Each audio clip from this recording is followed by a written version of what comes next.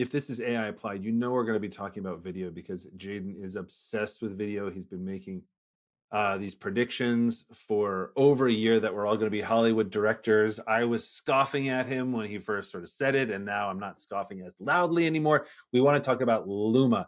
And there have been a few kind of video generators that have come out, and unlike OpenAI's Sora, these are ones that you can actually play with. So even if they're not up to Sora level, just the feel of people being able to do that, unlike when Runway first came out and it just gave you nightmare fuel. What I'm hearing, and I haven't tried it, so I'm going to turn to Jaden on this. Jaden, have you tried Luma, or what have you sort of seen around it? Yeah, honestly, so I got in and have used it, and I'm actually quite impressed. I will say that, yeah, I've always been talking about AI in video for quite a long time. I think there's massive implications. There's a lot of problems that have to be solved in there, from the sound effects in the background of a video to like the audio that's being. So, they haven't solved like all the problems, but for the video piece, it's like light years ahead of Runway, in my opinion. And it looks very similar to what quality I'm going to expect out of Sora. Maybe Sora is going to surprise me. There was an interesting video that recently came out, where we had Miria um, Miria Murati from Oh, OpenAI, and well, she yeah, said yeah. that OpenAI's GPTs, or all essentially what they have in their labs, their AI models in their labs, are not that much more advanced than what we have out in the open right now.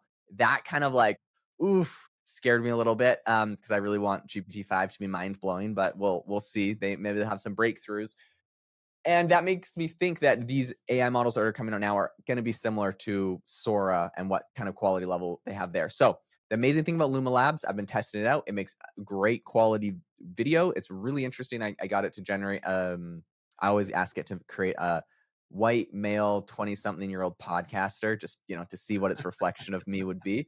Yeah. Um, and I'm gonna have to start saying 30-year-old soon here, but I think it's pretty good. It's pretty dang good. I've seen people that have created entire music videos with it. I've seen people that have created like short films. It seems like it's light years ahead of a lot of other AI video models. So I'm really, really impressed with it. Now, this is the thing that I think is interesting in regards to this, and it's a perspective that I've recently gained that I'd be curious your thoughts on. Like, I've said everyone's gonna be a movie director. You're gonna be able to go on Netflix. There'll be a thing. You get to pick all your actors, and you get to pick like a plot line, and it'll help work you through this little thing, and then out comes this amazing movie.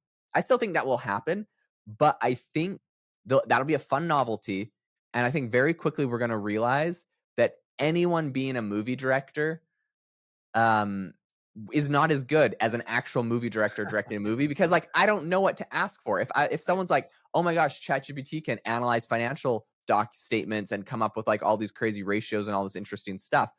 Great, but if you gave me a financial statement, I wouldn't even know what questions to Right. ask it to get what a hedge fund is trying to get out of it. Do you know what I mean? Right. And so if 100%. you're an Yeah, expert and you know what you're trying to get, that knowledge and what to ask, that knowledge is what's really valuable. So I kind of go back to thinking there's going to be a little value to the prompt engineering still, or maybe if you don't call it prompt engineering, because it's not really how you engineer the prompt. It's the value in knowing what questions to ask and being an expert in a specific area.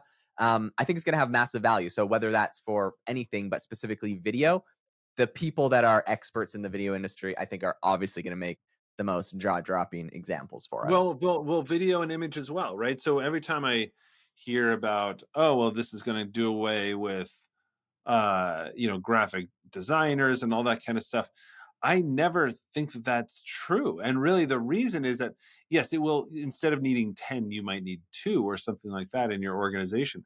But exactly to the point that you say, which is, I don't know what quality looks like. So, the kind of the example I give sometimes when I'm working with organizations is like, if you put me up against a marketer, right? And like said, hey, create a new shoe company or something like that. In 20 minutes, I could go from, and I'm not a marketer, I could go in and kind of create something that actually really looks like a passable, oh yeah, okay, this is a marketing thing for a marketing campaign for a shoe in like 20 minutes.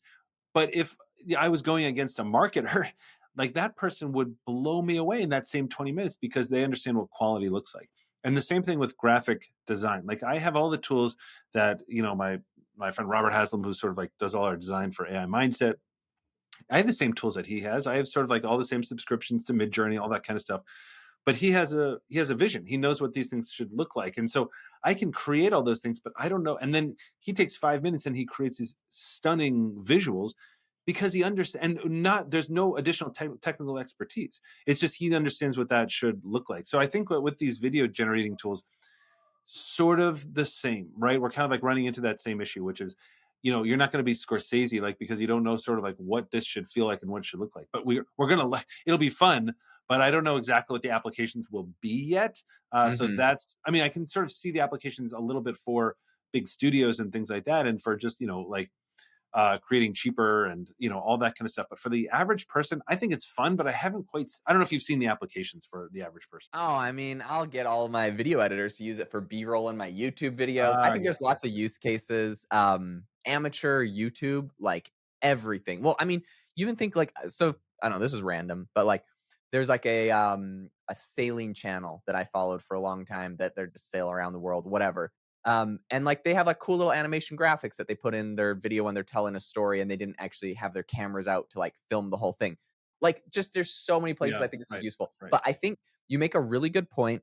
And I think that people's first reaction to this when they see AI do something amazing, and we're kind of in a bubble where we've been using this for quite a while, and everyone that's listening to this podcast has been, knows quite a lot about this by this point. Um, but we still, I believe, are in quite a bubble where there's a ton of people that are not using AI very frequently. And when they see an amazing use case that AI can do, their first reaction is, oh my gosh, it's going to replace this job. right. And we're starting to see that maybe that's not true. I saw a really funny interview. I think it just dropped yesterday or today of Donald Trump on the Impulsive podcast with Logan Paul. And he was talking about AI. And he told this kind of funny story where he said his speechwriter brought him, I'm assuming ChatGPT, but he said an AI model, and was Yeah, like, look, I can get it to generate a speech just like you. And he's like, typed a couple things in, boom, it did it. And he's like, oh my gosh, like that's pretty good. He's like, I took that and actually gave that speech. It was great. Like I was like taking it. And then I told my guy, like, Benny, you're fired or whatever, right? Like he's like making it.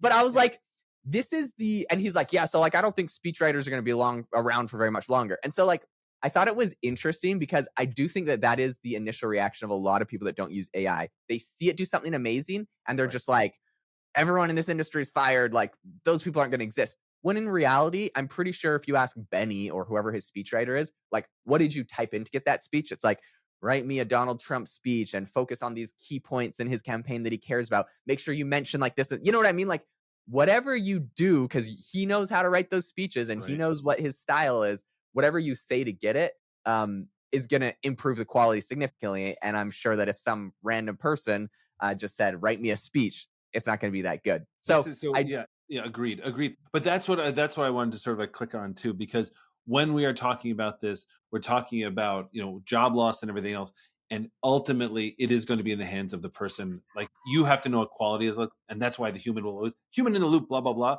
But like you really do because that's the person that knows what quality looks like. 100%.